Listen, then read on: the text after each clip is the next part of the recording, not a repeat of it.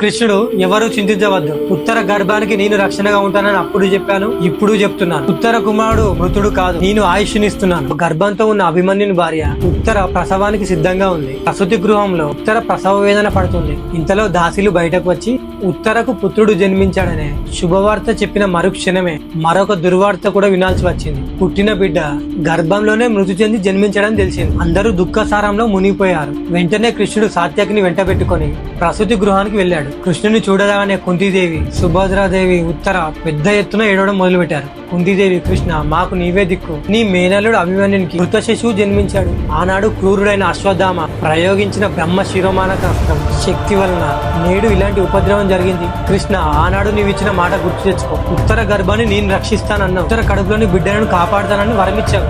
నీవే అభయం ఇచ్చినా కూడా మాకు ఈ దౌర్భాగ్యం ఏమిటి కృష్ణ అని అంటూ ఏడవసాగింది.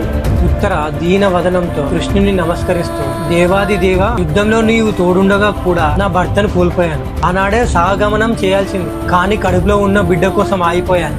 ఇప్పుడు ఈ బిడ్డను కూడా పోగొట్టుకుని ఎలా బ్రతకగలను? అప్పుడు కృష్ణుడు, ఎవరు చింతించవద్దు, ఉత్తర గర్భానికి నేను రక్షణగా ఉంటానని అప్పుడు చెప్పాను, ఇప్పుడు చెప్తున్నాను. ఉత్తర కుమారుడు మృతుడు కాదు, నేను ఆయుష్నిస్తున్నాను. బ్రహ్మ శిరోనామక అస్త్ర ప్రభావాన్ని నేను నిర్మూలిస్తాను అని అందరికీ ధైర్యం చెప్పి వెంటనే తెల్లటి పూలు, ఆవాలు, పూర్ణ కుంభంలో పుణ్యజలాలు తెప్పించాడు. అగ్నిహోత్రం రగిలించి అక్కడ పదునైన ఆయుధాలు లేచి గుళ్ళను పొరిచాడు. ధ్యాన ముద్రలోకి వెళ్లి అశ్వత్థామ ప్రయోగించిన బ్రహ్మ శిరోనామక అస్త్ర శక్తిని నిర్వీర్యం చేశాడు.